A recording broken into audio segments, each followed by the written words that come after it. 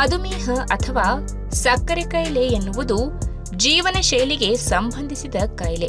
ಕೆಲವೊಮ್ಮೆ ಆನುವಂಶಿಕವಾಗಿಯೂ ಬರುತ್ತದೆ. ಹಾಗಿರುವಾಗ ಮಧುಮೇಹವನ್ನ ಕಂಟ್ರೋಲ್ ಮಾಡಲು ಔಷಧಿಯೊಂದೇ ಸಾಕಾಗುವುದಿಲ್ಲ. ಸೇವಿಸುವ ಆಹಾರದ ಕಡೆಗೂ ನಿಗಾ ವಹಿಸುವುದರ ಜೊತೆಗೆ ವ್ಯಾಯಾಮವು ಮುಖ್ಯವಾಗಿದೆ. ಅದರಲ್ಲೂ ಡಯಟ್ ಫಾಲೋ ಮಾಡುವುದು ಅತ್ಯಗತ್ಯ. ಏಕೆಂದರೆ ಇದರಲ್ಲಿ ನೀವು ಸೇವಿಸುವ ಪ್ರತಿಯೊಂದು ರಕ್ತಕ್ಕೆ ಸಕ್ಕರೆಯನ್ನ ಸೇರಿಸುತ್ತದೆ ಮತ್ತು ಮಧುಮೇಹದ ಕಾಯಿಲೆಯನ್ನ ತ್ವರಿತವಾಗಿ ಹೆಚ್ಚಿಸುತ್ತದೆ. ಈ ಪರಿಸ್ಥಿತಿಯಲ್ಲಿ ನಿಮ್ಮ ಆಹಾರವನ್ನ ನಿಯಂತ್ರಿಸುವುದು ಮತ್ತು ಕಾರ್ಬೋಹೈಡ್ರೇಟ್ಗಳ ಪ್ರಮಾಣವು ಕಡಿಮೆ ಇರುವಂತಹ ಆಹಾರವನ್ನ ಸೇವಿಸುವುದು ಬಹಳ ಮುಖ್ಯ. ಅಂತಹ ಆಹಾರದಲ್ಲಿ ಒಂದು ಪನ್ನೀರ್. ಹಸಿ ಪನ್ನೀರ್ ಹೆಚ್ಚಿನ ಪ್ರೋಟೀನ್ ಮತ್ತು ಕಡಿಮೆ ಕಾರ್ಬೋಹೈಡ್ರೇಟ್ಗಳಲ್ಲಿ ಸಮೃದ್ಧವಾಗಿದೆ. ಇದರ ಸೇವನೆಯು ದೇಹಕ್ಕೆ ಹಲವು ವಿಧಗಳಲ್ಲಿ ಪ್ರಯೋಜನಕಾರಿಯಾಗಿದೆ. ಹಾಗಾದ್ರೆ ಅವುಗಳು ಯಾವುವು ಎಂಬುದನ್ನ ಇವತ್ತಿನ ವಿಡಿಯೋ ಮುಖಾಂತರ ತಿಳಿದುಕೊಳ್ಳೋಣ.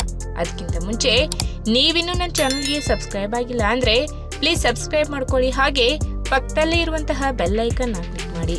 ಪನ್ನೀರ್ನಲ್ಲಿ ಕಡಿಮೆ ಗ್ಲೈಸೆಮಿಕ್ ಇಂಡೆಕ್ಸ್ ಇರುವುದರಿಂದ ಮಧುಮೇಹಿಗಳಿಗೆ ಆರೋಗ್ಯಕರ ಆಹಾರವಾಗಿದೆ.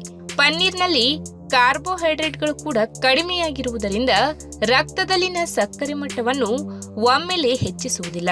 ಪನ್ನೀರ್ ಪ್ರೋಟೀನ್ಗಳು ಮತ್ತು ವಿವಿಧ ಸೂಕ್ಷ್ಮ ಪೋಷಕಾಂಶಗಳಲ್ಲಿ ಸಮೃದ್ಧವಾಗಿದೆ. ಇದು ಉತ್ಕರ್ಷಣ ನಿರೋಧಕಗಳಾಗಿ ಕಾರ್ಯನಿರ್ವಹಿಸುತ್ತದೆ. ಇದು ಮೂಳೆಗಳು, ಹಲ್ಲು ಮತ್ತು ಹೃದಯದ ಆರೋಗ್ಯಕ್ಕೆ ಉತ್ತಮವಾಗಿದೆ. ಅಷ್ಟೇ ಅಲ್ಲದೆ ಇದು ಜೀರ್ಣಕ್ರಿಯೆಗೂ ಸಹಾಯ ಮಾಡುತ್ತದೆ. ಇನ್ನು ಮಧುಮೇಹ ರೋಗಿಗಳು ದಿನದಲ್ಲಿ ಅಥವಾ ರಾತ್ರಿಯ ಊಟದಲ್ಲಿ ಪನ್ನೀರ್ ಸೇವಿಸಬಹುದು. ಟೋನ್ಡ್ ಹಾಲಿನಿಂದ ತಯಾರಿಸಿದ ಪನ್ನೀರ್ ಮಧುಮೇಹಿಗಳಿಗೆ ಪ್ರಯೋಜನಕಾರಿಯಾಗಿದೆ. ಶುಗರ್ ರೋಗಿಗಳಿಗೆ ದಿನಕ್ಕೆ 80 ರಿಂದ 100 ಗ್ರಾಂ ಪನ್ನೀರ್ ಸೇವಿಸಿದರೆ ಸಾಕು. ಇನ್ನು ಸಕ್ಕರೆ ಕಾಯಿಲೆ ರೋಗಿಗಳಿಗೆ ಪನ್ನೀರ್ ಸೇವನೆಯು ತುಂಬಾ ಪ್ರಯೋಜನಕಾರಿಯಾಗಿದೆ. ಮಧುಮೇಹ ರೋಗಿಗಳು ಪನ್ನೀರನ್ನು ಹಸಿಯಾಗಿ ಮತ್ತು ಬೇಯಿಸಿದ ರೂಪದಲ್ಲಿ ಸೇವಿಸಬಹುದು. ಆದರೆ ಹಸಿ ಪನ್ನೀರ್ನಲ್ಲಿ ಕೊಬ್ಬಿನ ಪ್ರಮಾಣ ಕಡಿಮೆ ಇರುವುದರಿಂದ ಶುಗರ್ ರೋಗಿಗಳಿಗೆ ಇದು ಹೆಚ್ಚು ಪ್ರಯೋಜನಕಾರಿ.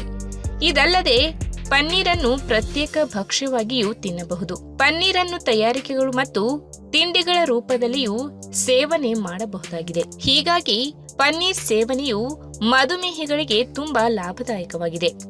ಈ ವಿಡಿಯೋ ನಿಮಗೆ ಇಷ್ಟವಾದಲ್ಲಿ ತಪ್ಪದೇ ಲೈಕ್ ಮಾಡಿ, ಶೇರ್ ಮಾಡಿ, ಹಾಗೆ ನಿಮ್ಮ ಅನಿಸಿಕೆನ ಕಮೆಂಟ್ ಮೂಲಕ ತಿಳಿಸಿ. ಮಧುಮೇಹವು ದೀರ್ಘಕಾಲದ ಕಾಯಿಲೆಯಾಗಿದ್ದು ಪ್ರಪಂಚದಾದ್ಯಂತ ಲಕ್ಷಾಂತರ ಜನರ ಮೇಲೆ ಪರಿಣಾಮ ಬೀರುತ್ತಿದೆ. ಮಧುಮೇಹಕ್ಕೆ ಸಾಕಷ್ಟು ಔಷಧಿಗಳಿದ್ದರೂ ಅದರ ಜೊತೆ ಆರೋಗ್ಯಕರ ಜೀವನ ಶೈಲಿ, ಸರಿಯಾದ ಪೋಷಣೆ ಮತ್ತು ನಿಯಮಿತ ವ್ಯಾಯಾಮದೊಂದಿಗೆ ಮಧುಮೇಹವನ್ನು ಕಂಟ್ರೋಲ್ನಲ್ಲಿ ಇಡಬಹುದು. ಕೆಲವೊಂದು ಆಯುರ್ವೇದದ ಗಿಡಮೂಲಿಕೆಗಳನ್ನು ಪ್ರಯತ್ನಿಸುವುದರ ಮೂಲಕ ರಕ್ತದಲ್ಲಿನ ಸಕ್ಕರೆಯ ಮಟ್ಟವನ್ನು ನಿಯಂತ್ರಿಸಬಹುದು. ಆಯುರ್ವೇದ ವೈದ್ಯರ ಪ್ರಕಾರ ಆಯುರ್ವೇದ ಗಿಡಮೂಲಿಕೆಗಳು ರಕ್ತದಲ್ಲಿನ ಸಕ್ಕರೆಯನ್ನು ನಿಯಂತ್ರಿಸುವ ಸಾಮರ್ಥ್ಯಕ್ಕಾಗಿ ಮನ್ನಣೆಯನ್ನು ಗಳಿಸಿವೆ ಮತ್ತು ಸಾಂಪ್ರದಾಯಿಕ ಚಿಕಿತ್ಸೆಗಳಿಗೆ ಅಮೂಲ್ಯವಾದ ಪೂರಕಗಳಾಗಿ ಕಾರ್ಯನಿರ್ವಹಿಸುತ್ತವೆ. ಮಧುಮೇಹದ ನೈಸರ್ಗಿಕ ನಿರ್ವಹಣೆಗಾಗಿ ಆಯುರ್ವೇದದ ಗಿಡಮೂಲಿಕೆಗಳ ಬಗ್ಗೆ ಇವತ್ತಿನ ವಿಡಿಯೋ ಮುಖಾಂತರ ತಿಳಿದುಕೊಳ್ಳೋಣ.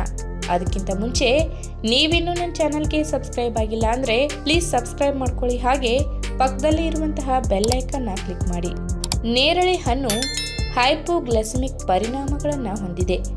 ಇದು ರಕ್ತದಲ್ಲಿನ ಸಕ್ಕರೆಯ ಮಟ್ಟವನ್ನು ಕಡಿಮೆ ಮಾಡಲು ಸಹಾಯ ಮಾಡುತ್ತದೆ. ಇದು ಆಂಥೋಸಯಾನಿನ್ಗಳು, ಎಲಾಜಿಕ್ ಆಮ್ಲ ಮತ್ತು ಪಾಲಿಫಿನಾಲ್ಗಳಂತಹ ಜೈವಿಕ ಸಕ್ರಿಯ ಸಂಯುಕ್ತಗಳನ್ನು ಹೊಂದಿರುತ್ತದೆ. ಇದು ಪ್ರಕ್ರಿಯೆಗೆ ಮತ್ತಷ್ಟು ಸಹಾಯ ಮಾಡುತ್ತದೆ. ನೇರಳೆ ಹಣ್ಣು ಅಥವಾ ಅದರ ರಸದ ಸೇವನೆಯು ರಕ್ತದಲ್ಲಿನ ಗ್ಲೂಕೋಸ್ ಮಟ್ಟವನ್ನು ನಿಯಂತ್ರಿಸಲು ಸಹಾಯ ಮಾಡುತ್ತದೆ. ಇನ್ಸುಲಿನ್ ಸೂಕ್ಷ್ಮತೆಯನ್ನು ಸುಧಾರಿಸುತ್ತದೆ ಮತ್ತು ಮಧುಮೇಹದ ತೊಡಕುಗಳ ಅಪಾಯವನ್ನು ಕಡಿಮೆ ಮಾಡುತ್ತದೆ. ಇದರ ಹೆಚ್ಚಿನ ಆಹಾರದ ಫೈಬರ್ ಅಂಶವು ಸಕ್ಕರೆಯ ಹೀರಿಕೊಳ್ಳುವಿಕೆಯನ್ನ ನಿಧಾನಗೊಳಿಸುತ್ತದೆ, ಉತ್ತಮ ಗ್ಲೈಸೆಮಿಕ್ ನಿಯಂತ್ರಣವನ್ನ ಉತ್ತೇಜಿಸುತ್ತದೆ. ಸಮತೋಲಿತ ಆಹಾರದಲ್ಲಿ ನೇರಳೆ ಹಣ್ಣು ಸೇರಿಸುವುದರಿಂದ ಮಧುಮೇಹವನ್ನು ಪರಿಣಾಮಕಾರಿಯಾಗಿ ನಿರ್ವಹಿಸಬಹುದು. ಇನ್ನು ಹಾಗಲಕಾಯಿಯನ್ನು ಆಯುರ್ವೇದದಲ್ಲಿ ಮಧುಮೇಹ ವಿರೋಧಿ ಗುಣಲಕ್ಷಣಗಳಿಗಾಗಿ ಬಳಸಲಾಗುತ್ತದೆ.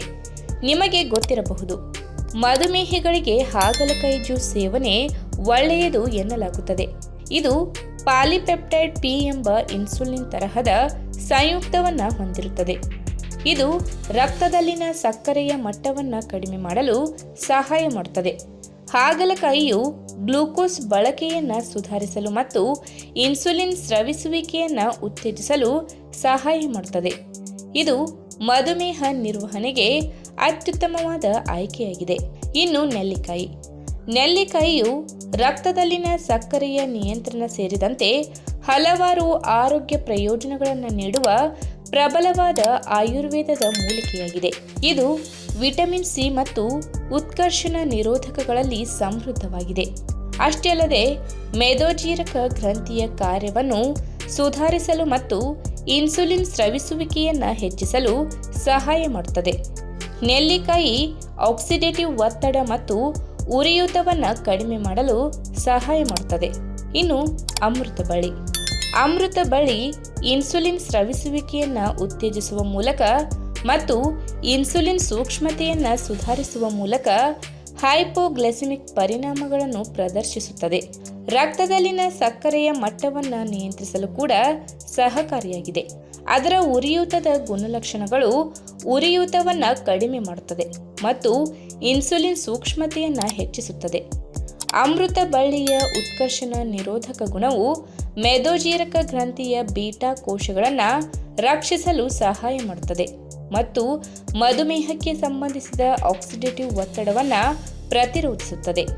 ಮಧುಮೇಹವನ್ನು ಕಂಟ್ರೋಲ್ ಮಾಡಲು ಅಮೃತ ಬಳ್ಳಿಯನ್ನು ಸೇರಿಸುವುದರಿಂದ ಸ್ಥಿರವಾದ ರಕ್ತದಲ್ಲಿನ ಸಕ್ಕರೆ ಮಟ್ಟವನ್ನು ಕಾಪಾಡಿಕೊಳ್ಳಲು ಮತ್ತು ಒಟ್ಟಾರೆ ಯೋಗಕ್ಷೇಮವನ್ನು ಉತ್ತೇಜಿಸಲು ಸಹಕಾರಿಯಾಗಿದೆ.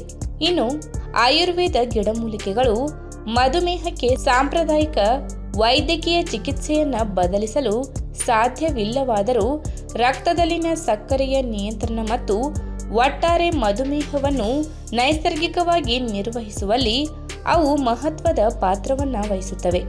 ಈ ಎಲ್ಲ ಗಿಡಮೂಲಿಕೆಗಳು ಇನ್ಸುಲಿನ್ ಸೂಕ್ಷ್ಮತೆಯನ್ನು ಸುಧಾರಿಸುವುದರಿಂದ ಆಕ್ಸಿಡೇಟಿವ್ ಒತ್ತಡವನ್ನು ಕಡಿಮೆ ಮಾಡಲು ಪ್ರಯೋಜನಗಳನ್ನು ನೀಡುತ್ತವೆ.